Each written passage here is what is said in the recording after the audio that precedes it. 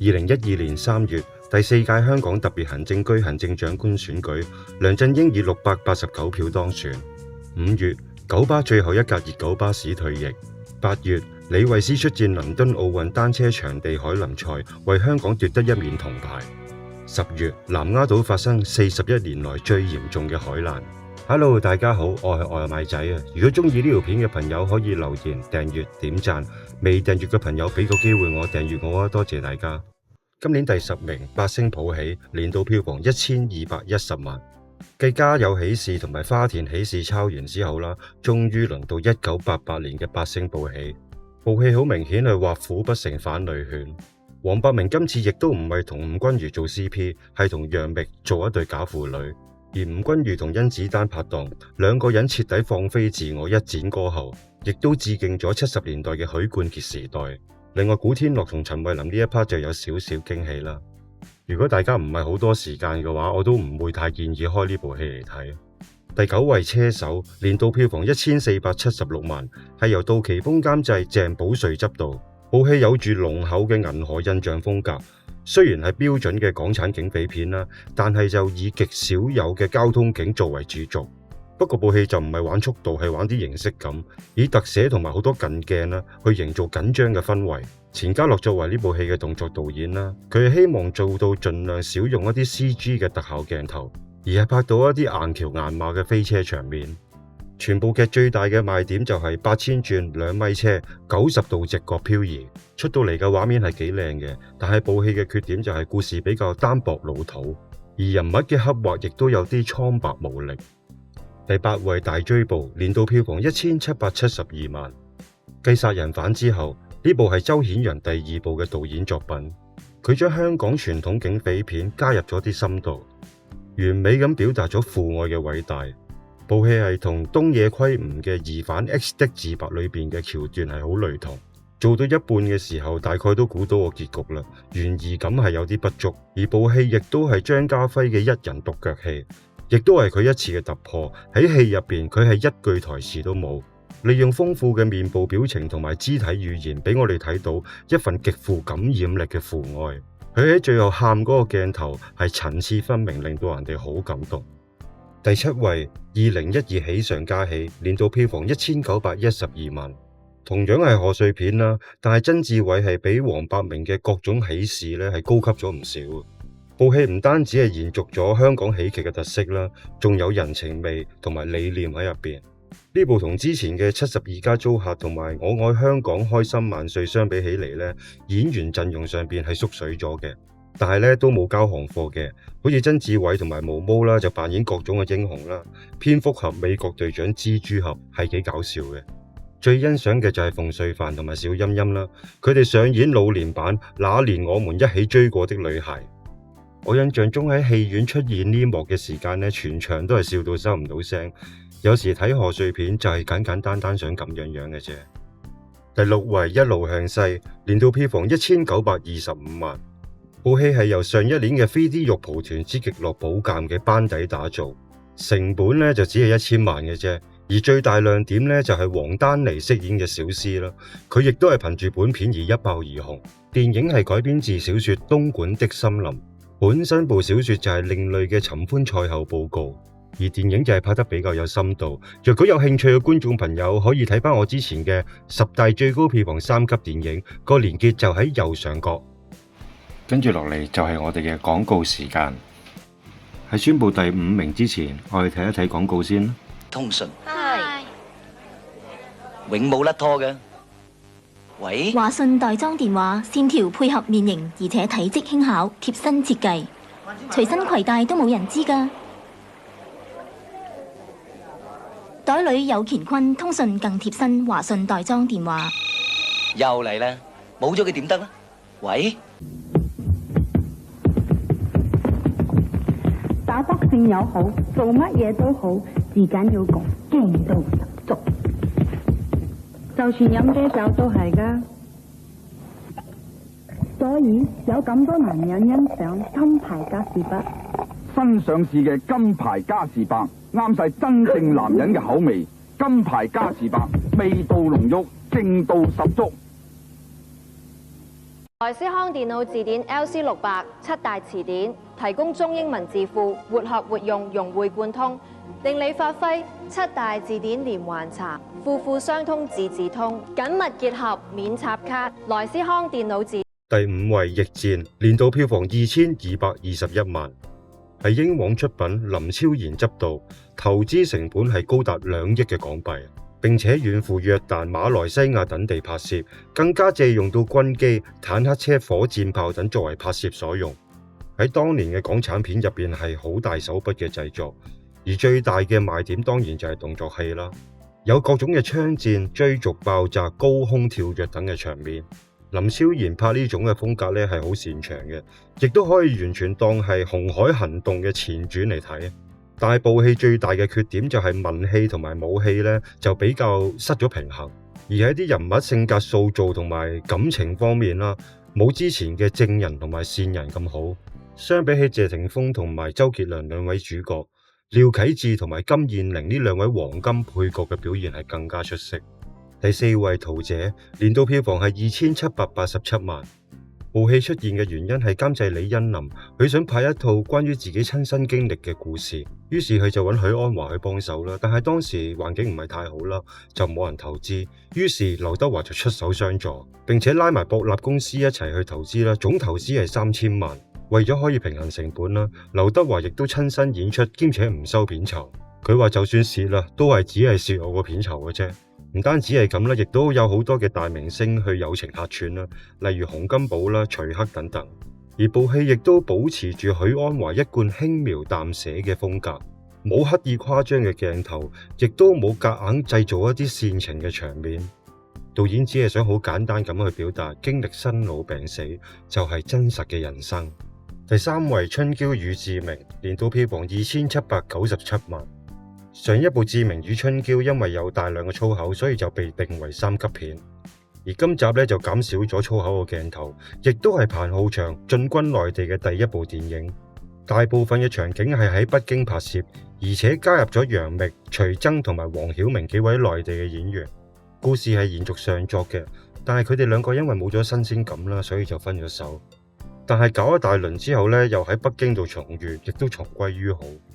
當時嘅網友咧係咁樣評價呢部電影嘅：楊千嬅同埋余文樂咧就係負責偷情，黃曉明負責一見鍾情，徐崢就係負責親情，而楊冪就係負責愛情。第2位低俗喜劇，年度票房3060萬。頭先嗰部彭浩翔就因為考慮內地市場啦，而今部又唔需要，所以佢就大玩特玩，成部戲淨係用咗12日咧就完成拍攝。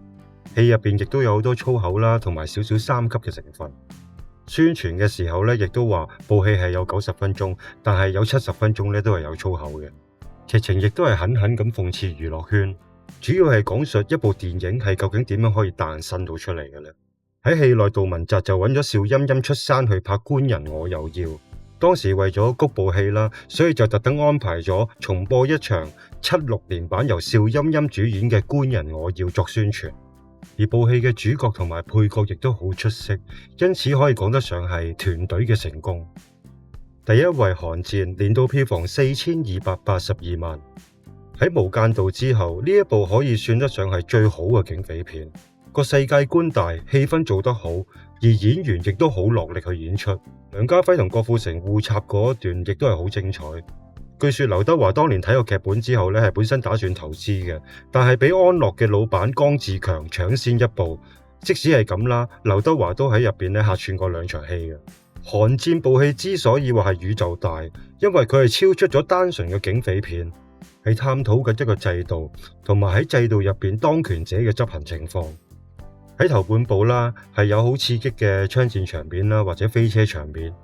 而喺電影嘅後半段咧，係深入咁去挖掘究竟喺呢個制度下邊係人治定係法治呢？第32屆金像獎最佳男配角同最佳女配角係由鄭中基同埋陳靜憑住電影低俗喜劇所奪得。陳靜英文名 Dada 係以廣告模特兒嘅身份出道，曾經拍攝多個平面嘅廣告同埋電視廣告。喺2008年同藝人陳柏宇拍攝道地百果園飲品廣告開始為人熟悉。2010年拍攝寫真集，憑住佢甜美嘅樣貌同埋好身材而走紅，有百果園醫神之稱。喺今年，佢憑住喺低俗喜劇嘅演出一舉成名，先後獲得提名台灣第49屆金馬獎最佳女配角，並且獲得香港第32屆香港電影金像獎最佳女配角。鄭中基，香港男歌手、演員以及主持人。1972年喺香港出生，佢嘅爸爸係金牌大風唱片公司總裁鄭東漢。1989年喺聖類斯中學中五畢業。之後佢就去咗美國進修，主修商業，副修係音樂史。